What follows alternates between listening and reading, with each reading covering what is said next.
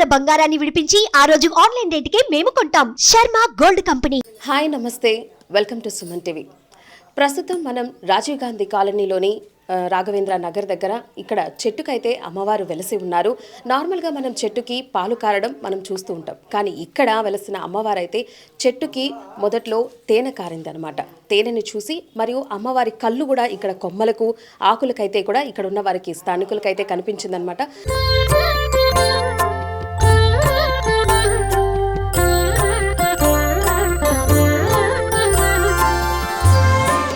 తరువాత ఇక్కడైతే అమ్మవారే ఇక్కడే ఇలా చేస్తున్నారని వేరే పూజారులు చెప్పడం వల్ల ఇక్కడైతే అమ్మవారే వెలిసింది అని చెప్పి అప్పటి నుంచి పూజలు చేస్తున్నారు. ఇప్పటికి 23 సంవత్సరాల నుంచి అయితే ఇక్కడ అమ్మవారు వెలిసి పూజలు అయితే అందుకుంటున్నారు.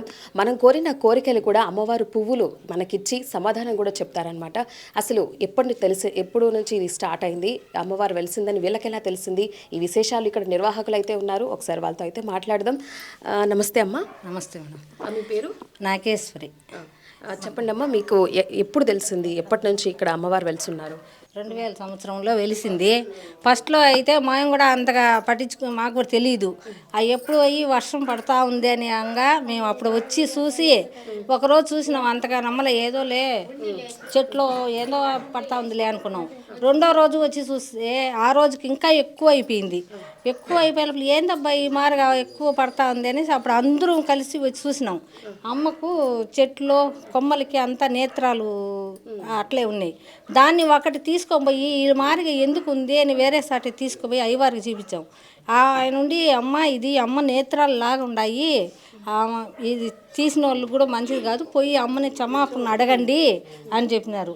అప్పుడో ఈడికి వచ్చి అమ్మ కాడ పెట్టి అమ్మ మేము తీసింది తప్పు, మమ్మల్ని క్షమించు, మాకు తెలియకుండా చేసినాము ఏదని తెలుసుకోవాలని అంటే అప్పుడే చిన్న బాల 8 సంవత్సరాల బాల ఉంటే ఆ బాలలోకి వచ్చి ఆమె అప్పుడు నేను ఇక్కడ ఉండాను, ఏడే వెలుస్తున్నాను, నన్ను కొలవండి, నేను నా రూపం కూడా మాకు చేయని కూడా తెలియదు ఫస్ట్.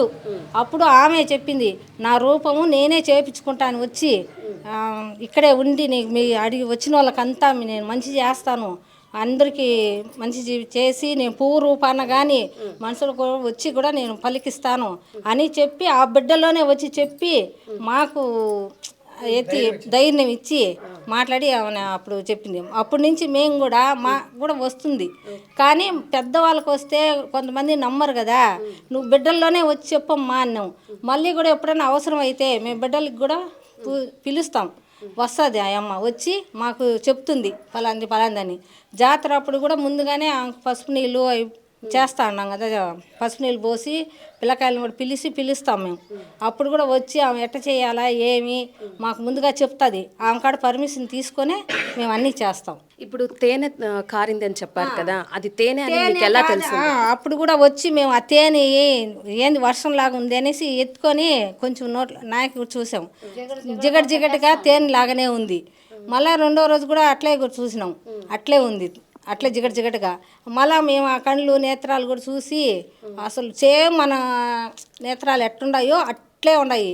అమ్మ నువ్వు దీంట్లోనే ఉండవు, నువ్వు ఎవరు అని ఆ బిడ్డలో అప్పుడు వచ్చినప్పుడు అడిగితే అప్పుడు ఆమె చెప్పింది నేను ముత్యాలమ్మని, నాకు ఒళ్ళంతా కళ్ళే, మీరు భయపడొద్దండి దాని గురించి అనేసి ఆమె అప్పుడు మాకు ధైర్యం ఇచ్చింది. సరేమ్మా నువ్వు ఉండే మాకు ఇంకేం భయం లేదులే అనేసి అప్పటి నుంచి ఆ అమ్మని పూజిస్తూ ఉన్నాం.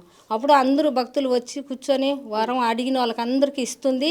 అందరూ కూడా మళ్ళా వచ్చి అమ్మ చేసింది, మా కోరికలు తీర్చింది, ఈ పువ్వు రూపాన మాకు మంచి చేస్తుంది, వాళ్ళు చెప్పేదానికన్నా నువ్వు పువ్వే ఈమా, నువ్వు పువ్వు ఇచ్చి మా మనసుకు చెప్పు, నువ్వు ఇదే విధంగా ఇస్తాండావు, ఏ ఫలాంది అని వాళ్ళకి వివరించాలి కదా, ఒట్టి పువ్వు ఇస్తే వాళ్ళు అయ్యింది కాంది అంటే ఆమె వివరించింది.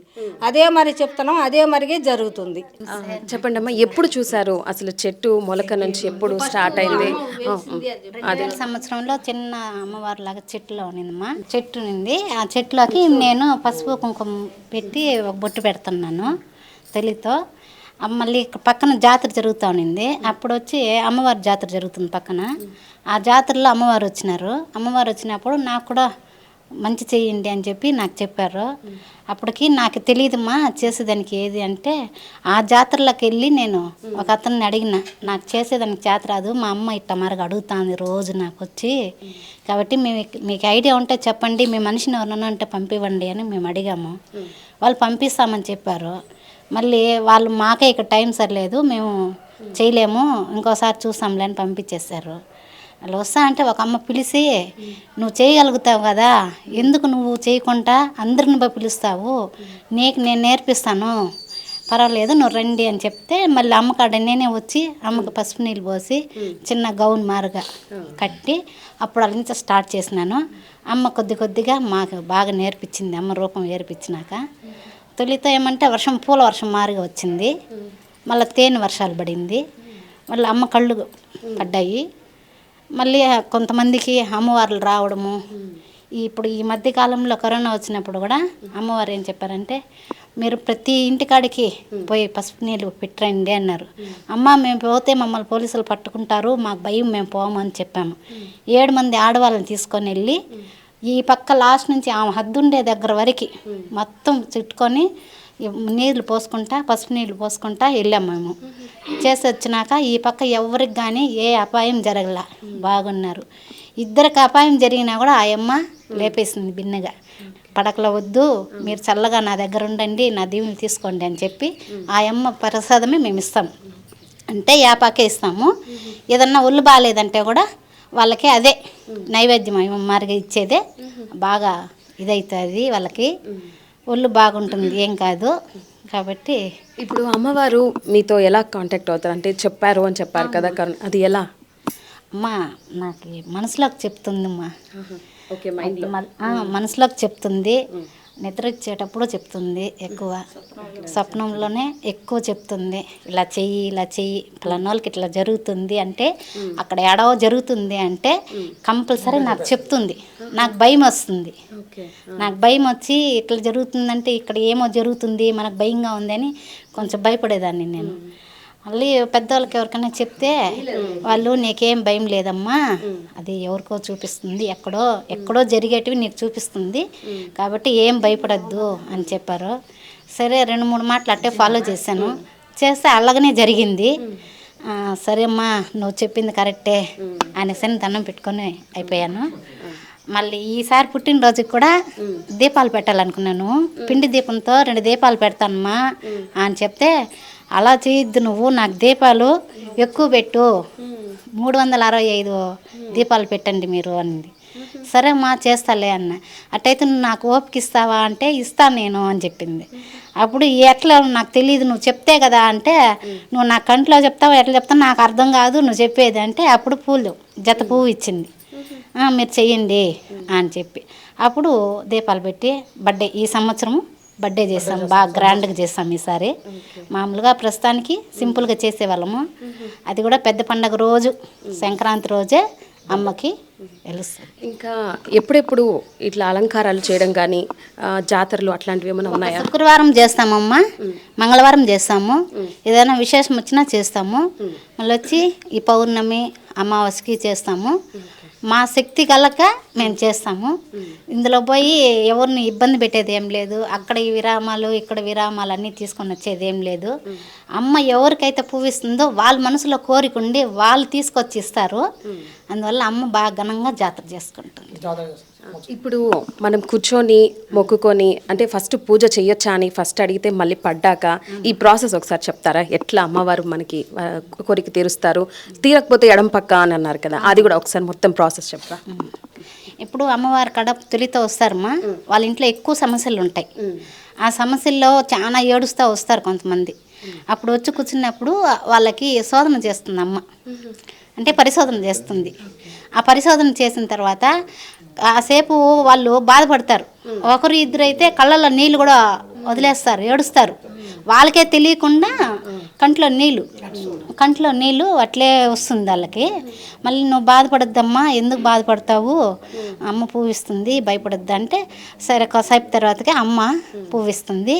ఆ పువ్వు తీసుకొని వెళ్ళారంటే వాళ్ళకి మంచి జరుగుతుంది. వాళ్ళు సంతోషంగా ఉందమ్మా, నాకు ఈ పని అయ్యింది, మీరు రండి ఒకసారి అమ్మవారి దగ్గర పెట్టిస్తారు పువ్వు అని చెప్పి మామూలుగా అడగడం స్టార్ట్ చేశారు. అట్నే జరుగుతుంది మా ఇప్పుడు. ఎప్పుడు అది వచ్చి ముందు అమ్మవారి కాడ కూర్చున్నప్పుడు వాళ్ళ పరిశోధన చేసిన తర్వాత ఈరోజు ఈ పని బిన్నాగా అవుతుంది అంటే కుడిపక్కిస్తుంది. ఖచ్చితంగా బిన్నాక అవుతుంది కుడిపక్కిస్తే. నేనున్నాను నువ్వు భయపడబాకు అంటే నేరుగా ఇస్తుంది, అంటే శిరసు నేరుగా అట్లా. మళ్ళీ లేదు లేట్ అవుతుంది నీకు ఎక్కువ సమస్యలు ఉన్నాయి అంటే ఈ పక్క ఎడమ పక్క ఇస్తుంది. అప్పుడు వచ్చి కొన్ని రోజులు గుడి తిరగమని, లేదంటే మీ సమస్యలు ఏదన్నా ఉంటే ఇంట్లో అమ్మవారి సమస్యలు వాళ్ళ ఇళ్ళల్లో దేవుళ్ళు కూడా మొక్కకుండా ఉంటారు కదా కొంతమంది, ఆ సమస్యలు ఉంటే కూడా మాకు చెప్తుందమ్మ. అలా మీరు తీర్చుకొని రండి అంటే మళ్ళీ వాళ్ళు తీర్చుకొని వచ్చి దండం పెట్టుకుంటారు. అప్పుడు బాగా